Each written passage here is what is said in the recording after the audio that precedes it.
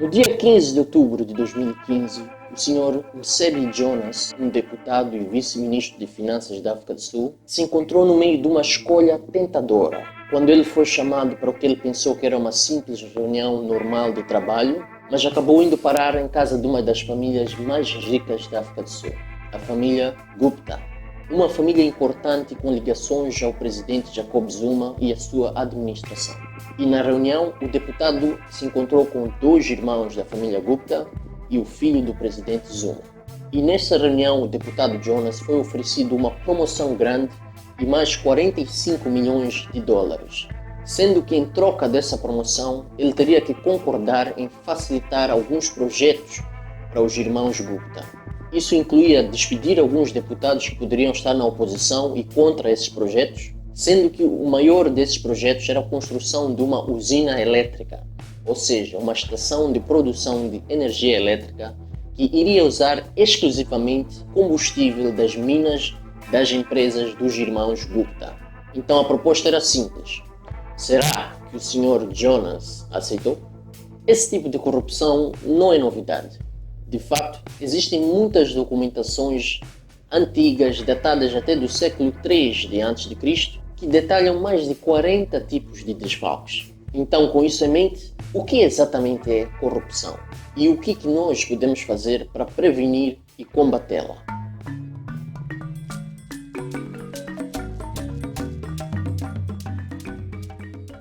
A corrupção é o ato ou efeito de corromper alguém ou uma organização com a finalidade de obter vantagens em relação aos outros por meios considerados ilegais ou ilícitos.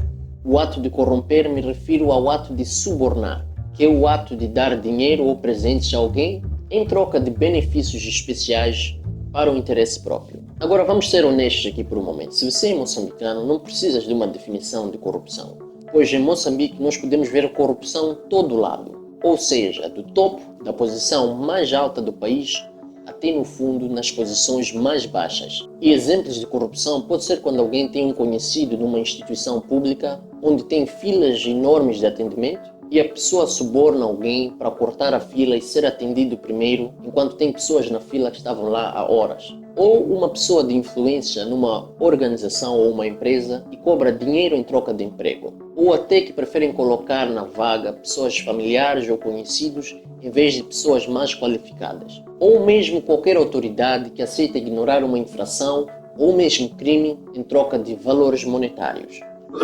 Não se estresse. Já agora, a corrupção não é só limitada a governos e instituições grandes, pois pode ocorrer em escolas, em desporto, em instituições religiosas. E existe corrupção ativa, onde é o próprio indivíduo que oferece suborno à autoridade em troca de benefícios, assim como existe corrupção passiva, onde é a própria autoridade que pede dinheiro para facilitar o indivíduo. E já agora, nem todos os casos de corrupção são sempre por ganância ou por ambição. Os motivos individuais podem ser complexos, dependendo de cada caso. Pode às vezes existir uma pressão econômica no indivíduo, onde o salário dele é baixo demais e não é compatível com as despesas mais básicas. E isso que eu estou a explicar aqui pode não parecer uma coisa muito grande, mas a corrupção pode germinar e se espalhar como uma praga. Isso se as leis de anticorrupção não forem aplicadas e reforçadas, ou se brechas e lacunas forem exploradas continuadamente. E se isso acontecer, uma cultura muito maior de corrupção pode vir a surgir. E infelizmente para nós em Moçambique parece que esse comboio já partiu há muito tempo. Há mais de 25 anos, se for para ser específico, desde as primeiras eleições em Moçambique. Olha, eu tentei não levar esse vídeo para o lado político, mas é meio impossível falar de corrupção em Moçambique sem tocar no assunto político nem no partido no poder. Partido este que está no poder desde as primeiras eleições gerais multipartidárias em 1994. Já agora, quando eu fazia roteiro para esse vídeo de hoje, eu fui ler muita coisa. E certas coisas que eu nem sequer posso me atrever a falar nesse vídeo. Senão isso pode me tornar um inimigo do Estado e no melhor caso eu posso ser preso e no pior caso eu posso até ser morto. E para evitar isso, no vídeo de hoje eu só vou referenciar um artigo publicado pelo Centro de Integridade Pública, que é uma associação não lucrativa apartidária e independente do Estado e do governo. É uma associação composta por jornalistas investigativos, juristas, acadêmicos e cientistas sociais. Então, meu jovem, minha filha me disse que tu és um cientista. Sim, pai, eu sou um cientista. Que tipo de cientista tu és? Eu sou um cientista social, pai. Escuta aqui, tens exatamente 10 segundos para sair da minha casa. Sai daqui, seu cão! Cientistas sociais, alright. Que no site oficial publicaram um relatório intitulado 25 anos de fraude eleitoral protegida pelo secretismo, que no primeiro parágrafo já diz: desde declarar Joaquim Chissano presidente em 1999, quando Afonso Dhlakama tinha a maioria dos votos, até nomear a Frelimo a vencedora em Maputo e Matola, também quando a Renamo tinha a maioria dos votos em 2023. E eu me lembro desse episódio, que eu me lembro de ter visto no telejornal e fotos no WhatsApp de relatórios preliminares da votação, onde mostrava uma vantagem enorme para a Renamo. Mas depois de fecharem a votação, ainda tentaram aumentar os dias de contagem, fizeram recontagem, contagem, recontagem, e na hora de publicar os resultados, tudo mudou e a Renamo já não estava na liderança e perdeu em Maputo e Matola. Eu me lembro disso. E eu nem sequer tenho nenhum interesse na área política e tudo mais, mas até eu vi essa manobra. Enfim, voltando aí ao artigo do site. Isso mostra que a mistura de domínio do partido no poder e total secretismo em Moçambique permitiu a fraude em quase todas as eleições e que durante 20 anos a Frelimo conseguiu driblar a população com uma imagem de eleições justas e livres e que o voto poderia trazer mudança, mas que nas eleições de 2018, 2019 e 2023 a fraude foi flagrante e óbvia e a mensagem foi diferente. O voto já não muda nada. A Frelimo é quem decide quem ganha. Vou recordar de novo que não sou eu a inventar essas palavras. Eu estou apenas a ler o artigo publicado oficialmente no site do Centro de Integridade Pública. Eu acho que até podia fazer um vídeo inteiro só a falar da história das eleições de Moçambique e muitas das suas polêmicas e potencial fraudes que aconteceram nessas mesmas eleições. Mas o vídeo de hoje é sobre corrupção. Mas só para fechar aqui vou deixar mais um último parágrafo desse artigo que eu estava a ler agora. Que diz que o sistema de gestão eleitoral em Moçambique não seria permitido na maioria das democracias. O secretismo é quase total. Todos os órgãos eleitorais são dirigidos e dominados por membros do partido no poder, tal como os tribunais. Em outras palavras, o partido no poder é quem escolhe quem controla as votações, quem conta as votações, quem faz a contagem dos votos e quem publica a contagem desses votos. Não só isso, mas também tem controle total dos tribunais. Então, se alguém levar o caso para o tribunal a falar sobre essas fraudes, também não vai a lado nenhum. Continuando, esta situação foi acordada antes das primeiras eleições e tem se mantido desde então, e foi aceito pelo falecido presidente da Renamo, Afonso Dhlakama, que estava tão seguro da sua vitória que queria ter esse poder, mas nunca se apercebeu que esse poder era o que lhe impediria de ser eleito. Uau! Isso explica muito. É uma leitura excelente e interessante esse relatório. E para quem estiver interessado em ler na íntegra, eu vou deixar o link desse mesmo relatório na descrição desse vídeo. Esse tipo de corrupção faz com que a população perca fé no governo.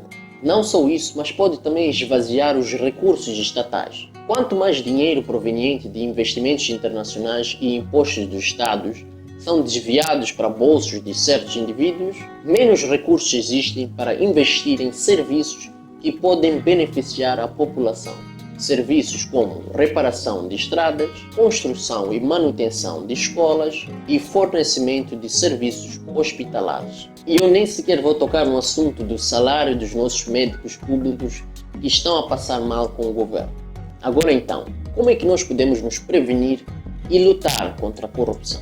Bom, é claro que é importante definir leis claras que lutam contra a corrupção, mas não só leis, mas assim como instituições que ativamente trabalham na luta contra a corrupção. Infelizmente, a punição e a cadeia é só uma parte da solução. É preciso haver transparência em orçamentos e papelada de projetos, e é também muito importante existir a liberdade de expressão. Isso inclui canais de imprensa e de notícias independentes, com capacidade jornalística honesta, sem nenhum controle do partido no poder. E só para deixar alguns exemplos aqui, a nossa vizinha Botsuana, o governo batalhou para criar uma confiança pública, através do seu compromisso em andamento para responder a casos de corrupção de forma aberta, de forma rápida e de forma decisiva.